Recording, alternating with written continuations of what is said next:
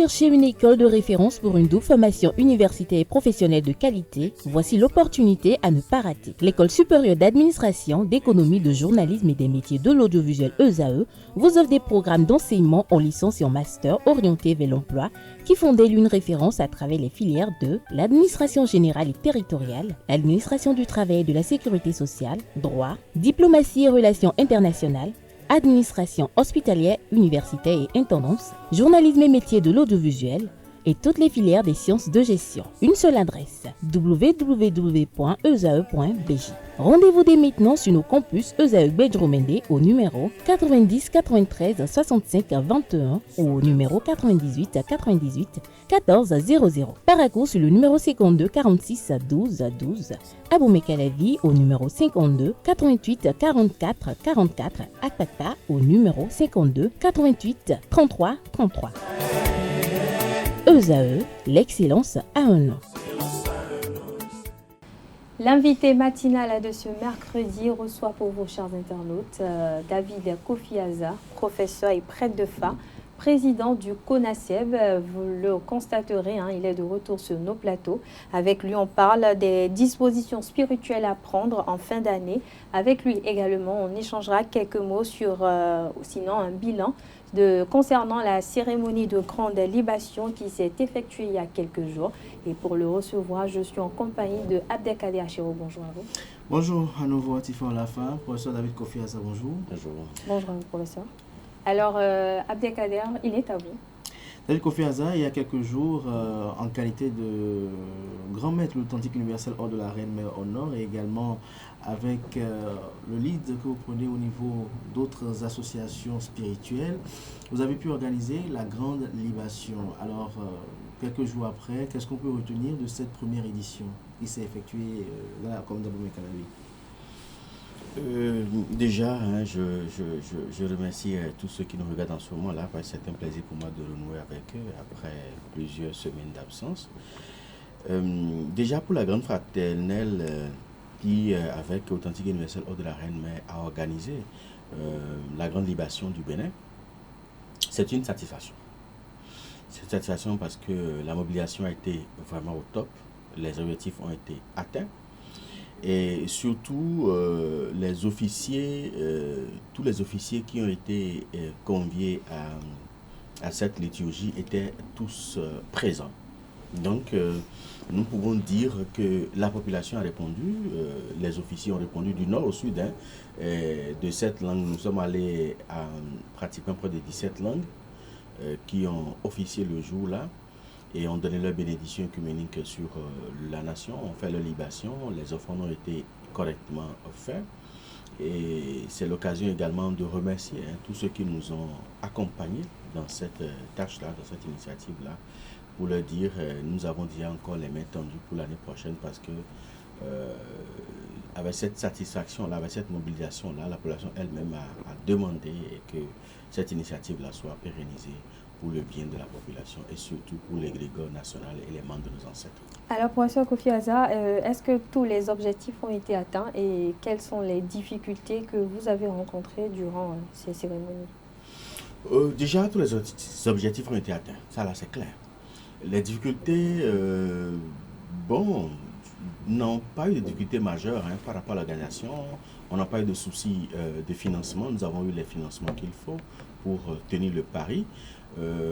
C'est sur les lieux, parce que nous avons prévu 1h30, 2 heures de cérémonie, mais il y a tellement d'officiers qui devraient passer sur scène que finalement nous sommes allés jusqu'à 4 heures de cérémonie. Peut-être les années à venir nous allons, parce que l'engouement était tel que on ne pouvait pas ne pas faire passer ces officiers qui sont venus de Boukoumbe, de Manigri, de Banikwara, de Malanville, de Djougou, de Niki, de Parakou. On ne pouvait pas ne pas faire passer ces officiers-là, forcément. Et même ceux qui sont venus du plateau, du plateau de l'Ouémé, du Koufo, du Mono, tous les départements étaient représentés dans la diversité de langues, au fait. Donc, c'est cette difficulté-là que nous avons eu en matière de timing, parce qu'on a fait attendre les autorités, les personnalités, les têtes couronnées pendant près de 4 heures de temps assis, c'était fastidieux. C'était fastidieux. Est-ce que, avant de vous poser la question sur un narratif sommaire du déroulé, du dit rituel, est-ce qu'il y a eu des insatisfactions par endroit? Non, pas vraiment. Parce que c'est vrai que nous avons eu des engagements, par exemple, de certaines personnalités au dernier moment qui nous ont fait fausse route ou fausse note, ou alors qui nous ont posé un lapin. Ça n'a pas émoussé la donne ni l'effectivité? Non, pas du tout, pas du tout. Ça n'a rien changé parce que, comme vous savez, quand une porte se ferme, une autre s'ouvre.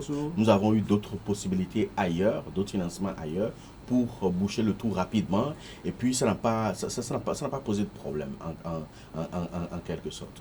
Donc je pense que c'est vrai que c'est une première expérience dans l'histoire de notre nation, et nous avons eu beaucoup de leçons, nous avons appris beaucoup de choses, et dans les années à venir nous allons améliorer davantage. Mais qu'est-ce qui s'est passé concrètement? Ce qui s'est passé concrètement, la grande, qu'est-ce qui a été fait? Ce qui a été fait, qui a été invoqué? D'accord. Par qui? Comment? Voilà. La première des choses, la prêtresse principale, l'officier principal, Nangbo Poendje Podane, a procédé à l'ouverture de la grande libation.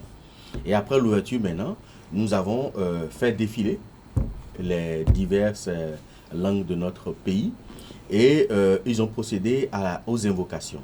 Les invocations concernent les héros de chaque localité, les rois têtes couronnées de chaque localité, défunts bien sûr. En dehors de ça, il y a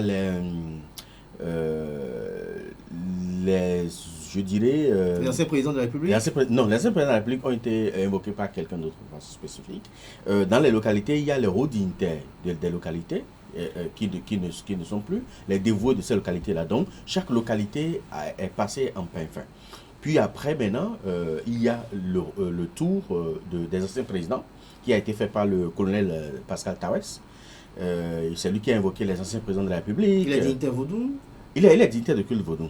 Et on a voulu que ça soit un homme des rangs qui fasse cet office-là, principalement parce qu'il s'agit des anciens présidents de la République, il s'agit des anciens chefs d'état-major, il s'agit des martyrs du 16 janvier. Morts pour la patrie. Les morts pour la patrie, il s'agit des membres des forces de l'ordre qui sont, et puis de défense qui sont morts au front.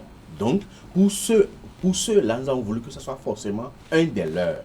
Et c'est pour ça que nous avons préféré le colonel Tawes, qui est à sa retraite un dignitaire religieux et qui est très versé dans la tradition. Mais vous avez évoqué ces défunts-là. Pourquoi? Comment? Voilà. À quelle fin? Vous avez commandé quelque chose? Non, on n'a pas commandé. Le paix éternel? Non, pas du tout, parce que ils ont besoin de repos, mais pas de repos dormant, en fait. Ils ont besoin d'être actifs. Parce que vous savez que notre nation repose sur les divinités, sur les membres de nos ancêtres, puis sur les mansis. Les mansis sont honorés, les divinités sont honorées, mais les membres de nos ancêtres, non. Et c'est sur ces membres de nos ancêtres-là que nous avons décidé d'ébranler et les réorienter pour le bien-être de la nation. Parce que c'est des gens qui savent mieux, puisqu'ils ont été des nôtres, ils ont été aux affaires, ces gens qui ont conduit d'une manière ou d'une autre des politiques, les diverses politiques de sécurité et de défense de notre nation. Donc on a besoin d'eux pour faire face aux défis sécuritaires qui se présentent à nous, au nord de notre pays. On a besoin également d'eux pour la paix, la cohésion nationale et surtout le développement de notre nation. Parce qu'ils savent mieux ce qu'il nous faut. C'est pour ça que nous avons invoqué. Et cette invocation-là a été l'occasion pour demander la paix sur la nation et surtout demander à ce que ces ancêtres-là nous permettent d'affronter les défis qui se présentent à nous à partir d'horizon 2026. Vous suivez très bien mon regard pour que tout se passe très bien. Donc voilà l'essentiel de ce qu'il faut retenir par rapport à cette invocation-là, parce que nous en avons vraiment besoin. Nous avons besoin d'un appui spirituel solide pour pouvoir traverser les turbulences qui se pointent à l'horizon. Alors, professeur David Kofi-Aza, vos espérances et attentes pour les prochaines éditions? Nos attentes, déjà, nous avons déjà dès le lendemain de cette grande libation commencé par préparer la prochaine édition. Et tout tourne autour du département du Mono, parce qu'on va aller département par département. dans tout notre département du Mono, nous sommes en train d'identifier des sites qui sont susceptibles de nous accueillir. Nous finissons par choisir un pour pouvoir commencer par préparer. Et avec l'expérience que nous avons eue cette année et les leçons et surtout les difficultés organisationnelles pratiques du terrain que nous avons connues, nous allons anticiper sur beaucoup de choses pour l'année à venir. Et les attentes aujourd'hui, c'est que nous avons désormais les yeux tournés vers nos partenaires qui nous ont soutenus pour leur dire le 2 novembre 2025, nous aurons également besoin d'eux. La nation aura encore besoin d'eux, la République aura encore besoin d'eux, la population et les membres de nos ancêtres auront encore besoin d'eux pour pouvoir les invoquer. Les invoquer, oui. À présent, on va peut-être passer à la thématique du jour, notamment cette fin d'année. On est en 2025, dans exactement 6 semaines, si mes calculs sont excellents et bons. David Kofi Aza, quelles sont les prédispositions qui s'imposent à toute personne qui veut avoir une vie spirituelle conséquente à l'amorce d'une année paisible et féconde? Déjà, vous savez, il n'y a pas de séparation étanche entre les ères, donc entre les années. C'est-à-dire que l'année 2024 ne va pas finir le 31 décembre. L'année 2025 ne va pas commencer non plus le 1er janvier 2025. L'année 2025 a déjà commencé par au dénouement, c'est-à-dire qu'elle a commencé par pointer son nez depuis le 21 novembre. Donc, à partir du 21 novembre prochain, l'année 2025 va commencer par se préparer pour s'installer. Et cela va durer environ 3 mois. Ou peut-être un peu plus. Parce que l'année 2025 va s'installer définitivement le 21 mars 2025. Et l'année 2024 va finir définitivement le 21 mars 2025. Ça veut dire que l'année 2025 a commencé maintenant. Et l'année 2024 va continuer même en 2025. Il y aura une sorte de juxtaposition. Juxtaposition jusqu'au 21 mars 2025. Tout s'arrête là et tout commence là. Alors, cette fusion, je dirais, cette fusion de bout et de fin d'année provoque, je dirais, une révolution. Et cette révolution-là déstabilise les énergies au niveau de notre système planétaire. Donc, en matière d'énergie, l'homme fait partie de sources d'énergie. L'homme aussi est une source d'énergie, est une source d'émission et de réception d'énergie. À partir de ce moment-là, l'homme également est influencé, les divinités sont influencées. C'est pour ça que c'est cette période-là qui est souvent choisie pour faire ce que nous appelons le Kwetanu. Le Kwetanu qui permet de revitaliser les divinités, de leur donner plus de force. Et c'est cette période-là qui est choisie également pour faire ce que nous appelons Kakleple, c'est-à-dire la libation aux ancêtres. Et pour renforcer davantage les ancêtres, pour nous permettre non seulement d'amorcer la nouvelle année, mais également de finir l'ancienne année en beauté et de commencer la nouvelle année avec tous les bonheurs qu'il faut, le bien-être, la joie, la prospérité qu'il faut. Alors, qu'est-ce qui se passe réellement? Cette déstabilisation-là amène l'homme à affronter des événements qui, en temps normal, devraient être des événements anodins, mais qui deviennent curieusement des événements parfois tragiques. C'est-à-dire que un simple incident qui est plus ou moins banal, pendant cette période-là, quand ça se produit, c'est que ça peut provoquer l'écoulement du sang. C'est plus accentué au fait. Donc, ce qui fait que c'est une période où, du 21 novembre jusqu'au 21 mars, c'est une période où il faut faire très attention, parce que la moindre chose peut virer au drame en même temps. Donc, et pour ça, il faut que l'homme puisse s'armer maintenant, oui, à mieux affronter ça. Alors, à la fin de l'année, s'opère pour un homme spirituel ou un homme averti en 2 temps. Lesquels? Il y a le visuel, donc le visible, en quelque sorte. Donc, il faudra procéder à un bilan de sa vie, parce qu'il faudrait que l'homme se remette continuellement en question pour pouvoir grandir. Du début jusqu'à la fin de l'année, qu'est-ce que j'ai pu faire de bon? Qu'est-ce que j'ai pu faire de mauvais? ce que j'ai pu faire de bon, qu'est-ce qui a contribué à cela, que je peux décupler l'année prochaine. Ce que j'ai fait de mauvais, qu'est-ce qui a contribué à cela? Est-ce une valeur de jugement? Est-ce un manque de perception ou manque de jugement de la réalité? Est-ce une négligence ou une situation émotive qui m'est poussée à poser ces actes-là qui ne sont pas très conformes à la réalité ou à la vie en société? Il faut faire un bilan. L'homme peut faire des erreurs, même des bêtises. Ça ne fait pas de lui un homme mauvais, mais simplement un humain. Et à partir de ce moment-là, vous tirez les grandes leçons. Vous dites, ça, j'ai eu tel comportement qui n'est pas très bien. Qu'est-ce que je peux faire pour améliorer?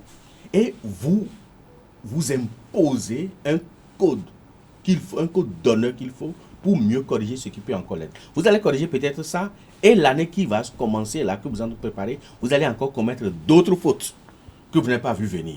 L'année qui va suivre, vous allez encore faire le bilan et améliorer. Ça, c'est visible.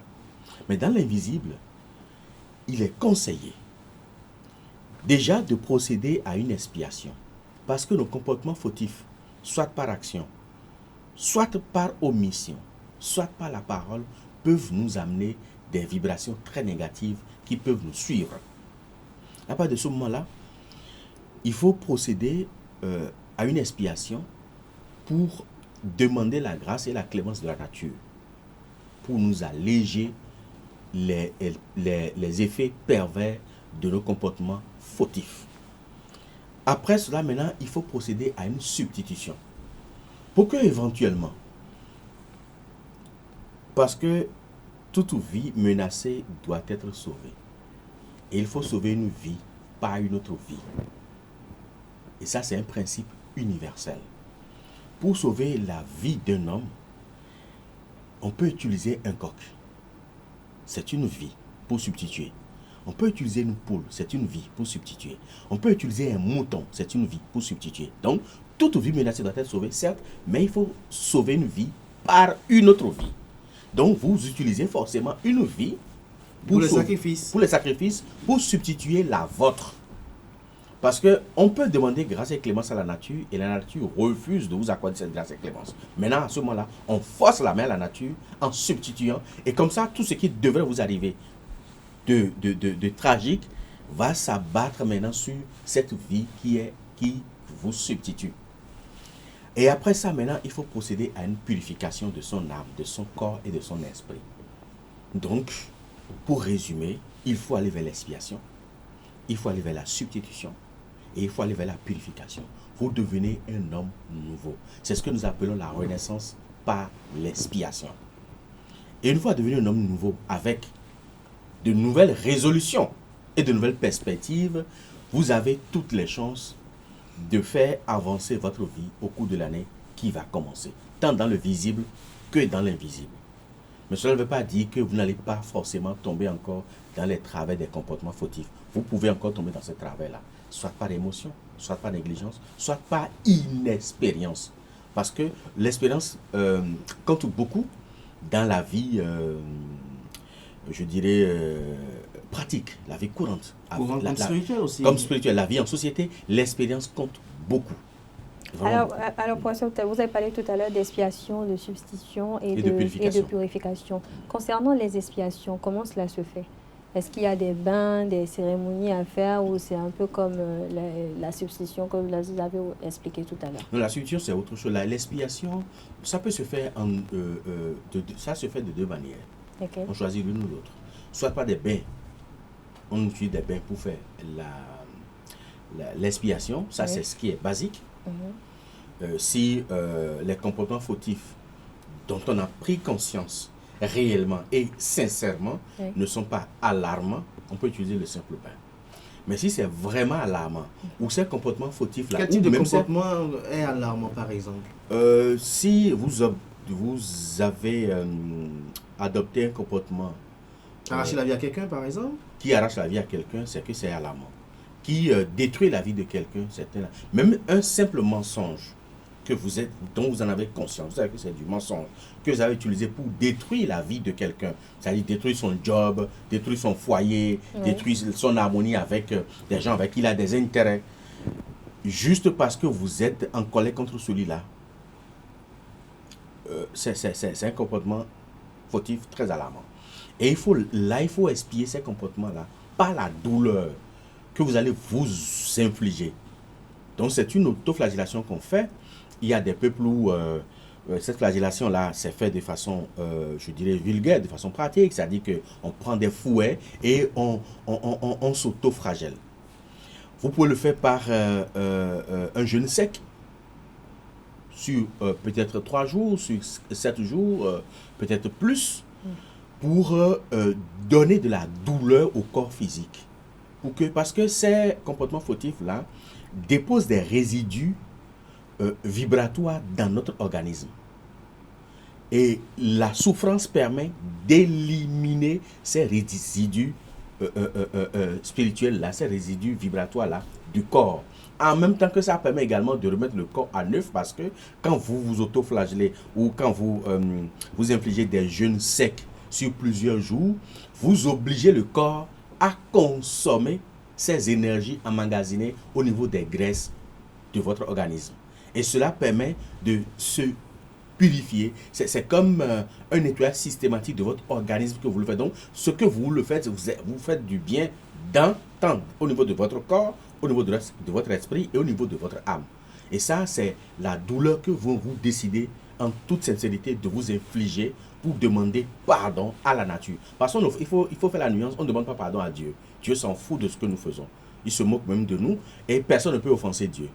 Parce qu'il est au-dessus, au-delà. Il n'est pas émotif, il n'est pas sentimental. Oui. Et Dieu n'a pas d'état d'âme. Et il ne peut pas se mettre en colère ou encore moins en joie. Parce qu'il est tout à la fois. Donc, on offense la nature. C'est pour ça qu'on dit dans la tradition, c'est-à-dire ce que vous devez à la nature, vous devez payer. Donc, on choisit délibérément de payer à la nature par la souffrance du corps, de l'âme et de l'esprit. Et là, c'est le plus haut niveau d'expiation qu'on peut réaliser, au fait. Qu'on peut réaliser. Alors, pourquoi on a l'impression qu'à la fin de l'année, beaucoup d'événements malheureux, tragiques se produisent, notamment des cas d'accidents mortels, et également l'impression qu'il y a beaucoup d'âmes qui s'en vont? Je vous l'ai dit un peu plus haut, c'est-à-dire qu'un simple événement qui signifie absolument rien ou qui ne devrait rien signifier en réalité, pendant cette période-là est décuplé. Donc ça devient un événement tragique. C'est pour ça que cette période-là, c'est une période très sensible. C'est une période où, quand vous faites par exemple les trucs de chance, ça marche beaucoup plus. Quand vous faites les trucs de destruction, ça marche également beaucoup plus. Quand vous faites des invocations, vous faites des libations, vous faites des offrandes aux divinités, ça marche beaucoup plus. Parce que tout ce qui est fait en bien comme en mal, durant cette période-là, jusqu'au 21 mars, ça marche beaucoup plus. C'est que l'effet, bon, je dis quelque chose, hein, est 10 fois plus ou 100 fois plus percutant. Donc, que ce soit en bien comme en mal. Donc, c'est une période qui est très sensible. Et même le verbe que nous sortons est également très sensible. C'est pour ça que, généralement, la tradition qu'on choisisse cette période-là, de fin d'année, pour se souhaiter les vœux, pour se faire des bénédictions. Le père bénit les enfants, la maman bénit les enfants aussi donnent des bénédictions de longévité à leurs parents, ainsi de suite. Parce que le verbe que vous sortez durant cette période-là a beaucoup plus d'influence. C'est beaucoup plus puissant que les autres périodes ordinaires de l'année. Donc, c'est juste ce qui fait. Et ça, c'est à cause de l'interpénétration vibratoire qui s'opère entre les deux années qui se chevauchent. En numérologie, est-ce que 2025 est une bonne année? En numérologie, 2025, ça te fait 9. Ça fait la perte? Non. Ça fait quoi? La limitation, la fin. En 2025, beaucoup de choses vont finir. Comme lesquels, par exemple? Plein de trucs. On peut avoir beaucoup de ruptures sentimentales. On peut avoir beaucoup, peut-être, de pouvoirs qui vont s'arrêter. On peut avoir beaucoup, peut-être, de travail. Beaucoup de choses vont s'estomper. Beaucoup de choses vont s'estomper. Parce que c'est le cercle, au fait. C'est le serpent qui se mord la queue. C'est la fin qui est liée au commencement et le commencement qui est lié à la fin. C'est-à-dire que beaucoup finit, ou beaucoup de choses vont finir en 2025, et beaucoup de choses vont commencer à la fin de 2025. Donc, il y aura un éternel... Ça, c'est l'interprétation de Ça, c'est la numérologie. Voilà. Ça, c'est la numérologie parce que le 9, c'est le cercle, c'est le 0. Voilà. C'est l'abîme absolu. C'est le non-être absolu. Et il n'y a pas du non-être absolu, nous irons vers maintenant l'être. C'est à partir de l'abîme que la lumière a jailli. Donc, beaucoup de choses et beaucoup de personnes seront plongées dans l'abîme en 2025. Peut-être les êtres avertis, non. Parce qu'on dit que les astres gouvernent les ignorants, mais les initiés gouvernent les astres. Et pour être initié, comment il faut s'y prendre lorsqu'on est face à cela, par exemple? L'initiation, c'est juste le droit à la révélation. Ça n'a rien d'extraordinaire. Quand on dit initié, c'est quelqu'un qui a eu droit à la révélation. Cette révélation-là qui n'est pas à la disposition de tout le monde. L'initiation, c'est juste des informations. Parce que quoi qu'en soit le cercle dans lequel vous faites initier, vous ne verrez rien dans ce cercle-là d'extraordinaire que vous n'avez déjà vu, que vous n'avez déjà vu au dehors. Et quand vous rentrez dans un cercle, on vous initie. Peu importe le cercle, peu importe le milieu. Quand vous rentrez dans le couvent de Gungun qu'on vous initie, il n'y a rien que vous voyez là-bas que vous n'avez déjà pas vu dehors. C'est ce que vous avez vu dehors là, que vous allez encore voir là-bas. Donc, ce qui caractérise l'initiation, c'est la révélation maintenant qu'on vous donne. Donc, quand vous rentrez dans le couvent, il y a une révélation qu'on vous donne. Et cette révélation-là, c'est ça, le nœud même, c'est ça l'objectif même de l'initiation. Personne ne peut pas révéler ça aux néophytes, mais vous, on vous le révèle parce qu'on vous a déjà passé sous serment. Okay. Étant sous serment, on vous révèle maintenant la vérité. Donc, l'initiation, même en spiritualité ou en métaphysique et tout ça, c'est que vous avez des informations. Et quand on dit qu'il y a l'information et le pouvoir, c'est ça la réalité. C'est que vous avez juste l'information que les autres n'ont pas. Et c'est cette information-là que l'initié exploite. Et comme je l'ai dit, le 2025, qui est une année d'abîme, les initiés savent comment faire pour éclairer cet abîme-là, pour ne pas subir de zones d'ombre dans leur vie et dans leur parcours. Alors, professeur, on parle des prédispositions spirituelles pour les fins d'année. Pour quelqu'un qui n'est pas dans les conditions qu'il faut pour prendre cette disposition-là, qu'est-ce qu'il fait? Est-ce qu'il peut peut-être se confier à son prêtre de Fa, ou comment je vais dire, pour à sa place prendre les prédispositions qu'il faut, ou il faut nécessairement qu'il le fasse lui-même? Et dans ces genres de cas, est-ce qu'on le fait dans la période qu'il faut, ou on peut le faire après cette période-là? Est-ce que ça n'a pas un impact sur la nouvelle année qui s'annonce? Déjà, on n'est pas tenu de le faire soi-même si on n'a pas l'information. Si on a l'information, on peut le faire. Si on a l'information, ça veut dire que si on est initié, voilà, on peut le faire. Maintenant, si on n'a pas l'information, donc si on n'est pas initié, on n'est pas versé dans le milieu initiatique traditionnel, on peut se référer à son bokono, à son vodouno ou à son spiritualiste pour dire, bon voilà, c'est la fin de l'année, qu'est-ce que je dois faire en matière d'expiation, qu'est-ce que je dois faire en matière de substitution, qu'est-ce que je dois faire en matière de purification. Et là, lui peut préparer les choses et vous les envoyez, ou bien vous allez chercher et les utiliser. Mais il faut attendre à partir de 21 novembre. Pour qu'on ne sait pas faire. Vous pouvez peut-être espacer d'une semaine ou 2 semaines. Vous parlez là aussi du Kwefa, par exemple? Non, le Kwefa, c'est après. Après avoir pris toutes ces dispositions-là, maintenant, vous demandez à votre bokon de vous faire le Kwefa pour voir comment l'année 2025 sera. Mais est-ce qu'il y a une période, c'est vrai que peut-être la fois prochaine, on va revenir dessus, sur le Kwefa, on va en parler long en large, mais est-ce qu'il y a une période précise pour le Kwefa? C'est à partir du 21 novembre. À partir du 21 novembre, jusqu'à quand? Jusqu'au 21 mars. 21 mars. C'est terminé. J'avais une question, si on le permet, une question d'un ami internaute qui demandait, donc pour la question de savoir, c'est sûr qu'elle sera également d'intérêt pour d'autres amis internautes. Est-ce que le coq est véritablement un interdit ferme aux initiés au Fa? Si oui, pourquoi? Oui, je vais vous dire pourquoi. Et pourquoi souvent les Bokolons n'insistent pas sur cela? Oh, ça dépend. Lorsque le signe sort, on ne donne que les interdits propres liés au signe, mais il n'y a pas quand même, selon se dire... Quelqu'un qui est initié au Fa, systématiquement, ne peut plus consommer le coq. Tout initié au Fa ne peut plus consommer le coq. Je vais vous expliquer. Il y a des explications mythiques et des explications scientifiques. L'explication mythique, c'est le signe de Tula Sionle qui dit que Passaroso Janrobo Dimando, c'est-à-dire que Passaroso, c'est le roi de Passé qui a demandé qu'on lui achète des esclaves et on lui a acheté le manque de confiance. Le manque de confiance dont il s'agit ici, c'est-à-dire qu'on lui a acheté Minona, Fa et Bokoleba. Je vais poser ça pour répondre à ces trois préoccupations. Parce que ces trois entités ne consomment pas le coq. Minona, Fa et Bokoleba. Beaucoup là-bas dont je parle pas de Toleba, je parle de Faleba. Le Faleba ne consomme pas de coque. Et beaucoup de Bokono font cet amalgame-là. Même il y a certains Sodo Bokono qui donnent même le coq au Fa. Et quand les trois sont venus... Lorsque ça fait une petite digression, quel est l'impact? L'impact, c'est que c'est révolutionnaire. C'est très négatif. Quand les trois sont venus, le roi de Passé lui a demandé de cultiver, de labourer le champ. Parce qu'ils sont des esclaves. Milona est allée s'asseoir au salon pour dire, elle là, elle ne fait rien. Elle s'assoit seulement et on la sert. Leba est allé mettre son phallus en érection à l'entrée du portail pour dire, lui là, c'est là où lui reste. Et il suivait tout ce qui rentre. Et puis, Fa est rentré dans la chambre à coucher pour dire, quand on a besoin de lui, on vient chez lui et lui consulte. Le roi dit, bon, si c'est comme ça, là, demain, on va attacher tous ces esclaves-là et on ira les vendre. Or, Passarosu, c'est le coq. Les trois se sont réunis la nuit pour dire, bon, d'accord, celui-là, on va le piéger parce que demain, il veut aller nous vendre à nouveau. Mais nous, on est bien ici, on ne va pas quitter ici. Ils sont allés chercher du raffia. Et ils ont mis du maïs à l'intérieur du raffia. Ils ont mis ça à l'entrée de sa porte. Et quand le roi s'est réveillé, donc le coq s'est réveillé le matin, à l'entrée de sa porte, il voit du maïs mélangé au raffia. Il a commencé par picoler un à un, mais ceux qui sont au fond, ils n'arrivent pas. Donc, il met ses pattes dedans pour les écarter. Et le raffia a commencé par enrouler ses pattes jusqu'à ce qu'au bout du rouleau, il est tombé. Et c'est ça le signe dit Awa Hadiede Badeo Ena Résidé Gedegbe. C'est le nom du tout dernier souverain pontife du Fa, Gedegbe.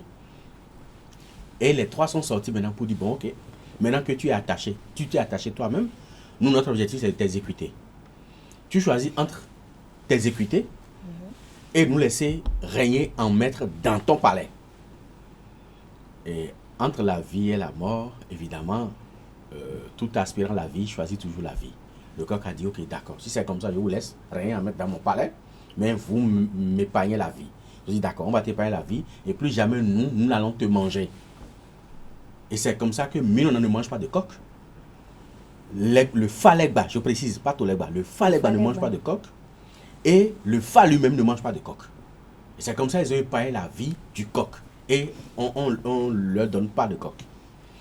Mais l'explication scientifique est que, vous savez, le Fa est une énergie féminine. C'est une énergie passive. Milona est une énergie passive. Bokoleba, par contre, est une énergie active. Alors, quand vous donnez de l'énergie passive à une source d'énergie qui est déjà passive, vous allez la rendre amorphe. Donc, ça va complètement perdre de sa capacité de réactivité. Ça, c'est basique. Quand vous donnez de l'énergie active à une source d'énergie active, vous décuplez sa capacité d'action. Alors que Bokoleba est une énergie d'abord du désordre et une énergie proactive avec une phallus en érection déjà, une phallus qui est déjà en érection et que vous lui donnez encore du dopant, donc de l'énergie active, vous risquez d'exploser le pénis. Merci à vous, professeur David Kofi-Aza. Et donc, c'est pour ça qu'au Faleba, je précise, au Faleba, on ne donne pas de coq pour ne pas découpler. Parce que l'interaction que ça va générer, c'est que ça va activer l'hyperactivité sexuelle chez le propriétaire. Et à partir de ce moment-là, il va développer des vices et faire entorse aux mœurs, aux bonnes mœurs. Et là, ça va être quelqu'un de très dangereux pour la société. Alors, quel est le procédé rituel à travers lequel on peut expier des choses que l'on a mangées, mais qui s'avèrent être proscrites, par exemple, sur le Fa. Par exemple, vous avez dit par exemple le coq. Peut-être on va y revenir, peut-être sur le temps nous fait défaut. Par exemple, à qui on a interdit la viande de porc, mais qui a consommé, par exemple? C'est qui vous fait le flou. C'est-à-dire comment ça se fait? Le flou, c'est un bain ou des poudres, en tout cas ça peut être en savon, ça peut être en poudre, ça peut être en bain, qui permet de neutraliser. C'est une connaissance de neutralisation de comportement fautif. C'est-à-dire que tout ce que vous avez consommé de négatif, qui n'est pas très bien, ou des comportements que vous devez avoir, peut-être que vous avez, que vous ne devez pas avoir, que vous avez eu et tout ça, c'est le flou qu'on utilise pour nettoyer tout ça. Alors, professeur David Kofi Aza, votre dernier mot et en même temps, quel comportement ou posture doivent adopter nos amis internautes en cette fin d'année qui s'annonce à grands pas? D'accord, déjà je vais rectifier quelque chose. Je n'ai pas de dernier mot, je n'aurai jamais de dernier mot. Parce que même de l'autre côté, à côté de mon Dieu, je serai toujours influent sur cette terre. Je vais Votre toujours mot de fin, pas influencer sur cette terre. Donc pour conclure cet entretien, je dirais simplement que nous allons bientôt rentrer dans une période très sensible. Et il faudrait que chacun de nous en prenne conscience. Malgré le credo de chacun. C'est-à-dire que il ne faudrait pas dire que c'est une période seulement bon pour les spirituels ou bien c'est les spirituels qui tiennent compte. Non. Quel que soit votre credo, que vous soyez musulman, que vous soyez chrétien, si vous êtes chrétien, c'est une période d'accentuer davantage vos prières envers votre Dieu pour que vous puissiez avoir brisé beaucoup plus de protection et d'élévation. Si vous êtes musulman, c'est le moment de respecter les 5 piliers de l'islam et de prier les 5 fois chaque jour pour vous épargner les événements tragiques qui vont venir au cours de cette année-là.